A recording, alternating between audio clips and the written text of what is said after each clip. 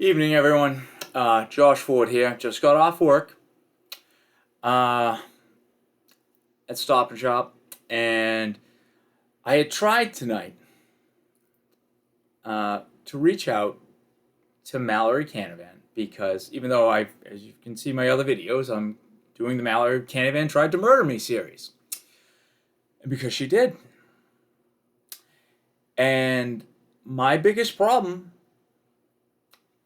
isn't even that I managed to survive, or that she stole my home and my dogs, destroyed my reputation with everyone with her lies and false accusations to manipulate the courts, the judges, another Canavan in the court, who was the judge. You should watch my other videos if you want to see the insanity, fraud, and extortion that was allowed by the Canavan judge, by my attorneys.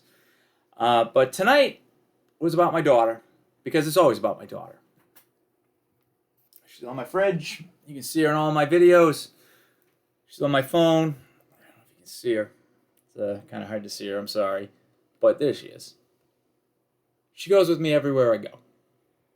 She's my world. She was kidnapped when she was 5 years old by Mallory Canavan, by her lover, Keith Rooney. She's been hiding who he is for so long. And she finally slipped up tonight.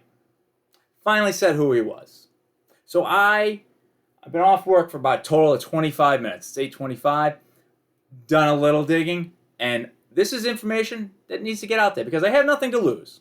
Because Travis Dustin from the corrupt court system is trying to put me away in jail for 4 years for telling the truth that I had nothing to do with this in his Zoom class. So this is my therapy Zoom class, and this is why I'm making these videos. So I wanted to read you the conversation tonight, okay? So I said, thirsty tonight. Sit down, have a drink. That's what I was thinking. She goes, not sure what that means, but obviously you're thirsty for my attention. I said I would like to sit down and discuss seeing Harley over a drink. Trying to be responsible. Trying to find a middle ground. Trying to find a way to just see my daughter. All these videos, none of this ever had to happen. But Miss Canavan's a thief and an attempted murderer. And so is her lover, Keith Rooney. But her response to that was, fuck you. I will never go anywhere near you. There is nothing to discuss. You are so fucking unstable. Keith and I have it covered on the parenting side, if shit. She doesn't need you or your bullshit in her life. She has an amazing father figure that she considers her dad and cares about. How do you think this makes her feel? Knowing her biological father, whom she doesn't even refer to as her father, it's just Ford. Terrorize her whole family. Unfortunately, this has been brought about because Miss Canavan has been lying to the children for 2 years, 2.5 years now, since kidnapping my daughter and stealing literally everything I had. Bank accounts been emptied, cars taken, left to die on the street, terrorized with restraining orders. It's just been quite insane. I go in more depth in other things, but what I found tonight, okay, is that when Mallory Canavan moved me down here 7.5 years ago for our 5-year relationship before she tried to murder me and do all these things, she had been working with Keith Rooney at Caton Connector at 26 Wapping Road, Kingston, Mass. 02364 for over 14, almost 15 years. Rooney had been there. So she had spent almost our entire relationship, the entire 5 years, fucking this man, cheating on me, on our children, the 3 of them. You're cheating on one, you're cheating on all. And all I can think is the times, because I lived at 28 Nottingham Drive in Kingston, Mass., the house that she stole. And she would send me on errands with Harley, the baby in the bucket, to the North Shore. From the South Shore to the North Shore, I would have to cross through Boston with Harley to do the banking because she absolutely refused, flat out refused, to change to a bank in Kingston. Why? Because she said, well, if we do that, I won't be able to pay the bills on time. It'll cause all kinds of problems. So you have to go 2 hours both ways, sometimes, with a baby in a bucket in Boston traffic. And why was that being done to me? So she could have Rooney come to my home that I had put $200,000 on, selling my home in Melrose, my family home, to give her a place to live with her 2 stepchildren. With my 2 stepchildren, her children.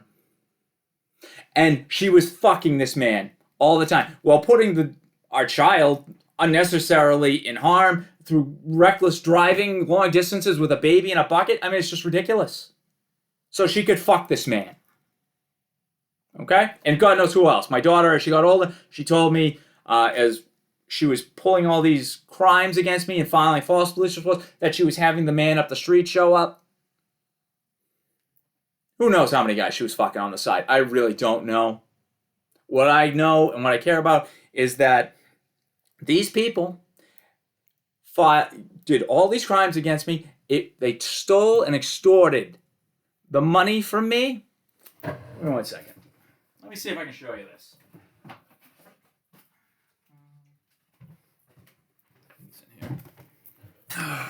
Sorry, I've been collecting paperwork and stuff for quite a while.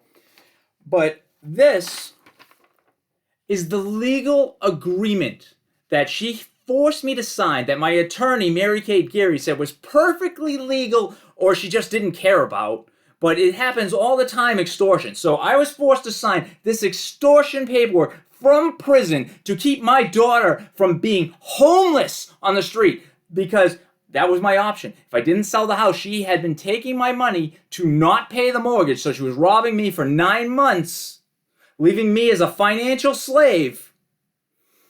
Ultimately, so that if I didn't sell the house, my daughter would be on the street with nothing. So I'm in prison being forced to sign this by a Canavan judge. I had no trial. I was thrown in jail for 60 days with nothing. No defense. You go to jail. And Miss Canavan did this. My attorneys did nothing. My other attorney's like, you're white. You were dead on arrival. It's not just that I'm white. You've got a Canavan judge. You've got the Canavan family screwing me. This was clearly a setup. And the Plymouth County court system couldn't be more corrupt. You got Travis Dustin, the parole officer, trying to put me in jail for 4 more years. I've told him this. I've told him everything. And he's standing there telling this next judge, I don't know her name off the top of my head, but he's telling her, oh, you know what? He keeps saying he's innocent to these classes, to these 2 Zoom classes. So clearly he's got to go to jail for 4 years. He's supposed to be broken by now. We've been beating on him, torturing this man for 2 years. How dare he not say his guilt? This has been fucking torture after torture after torture. And it's got to come to an end. And you know what?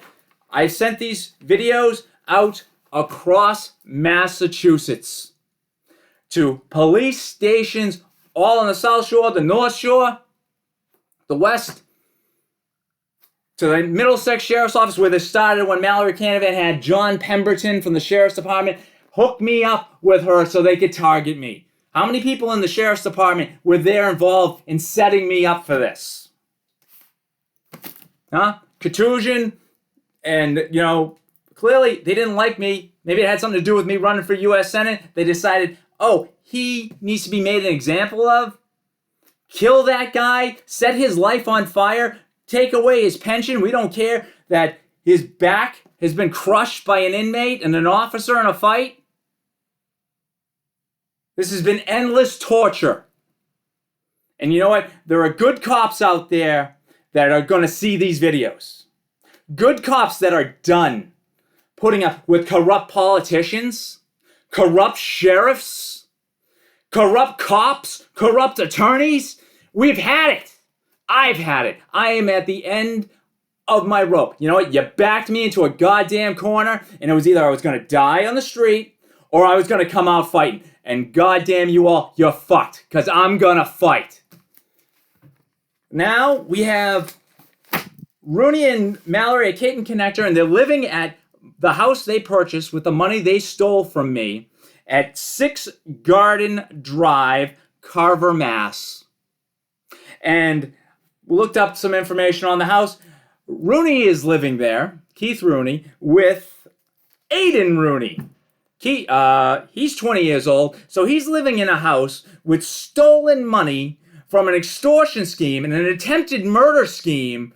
And I've had to deal with fucking idiots beyond idiots. When I was arrested the second time in Plymouth County, I was sitting in my car and 20 cops at least surrounded my vehicle. They're all pointing guns at me because Mallory Canavan told them, oh, he's got a weapon, he's got a gun. All I could hear was all these cops going, where's the gun?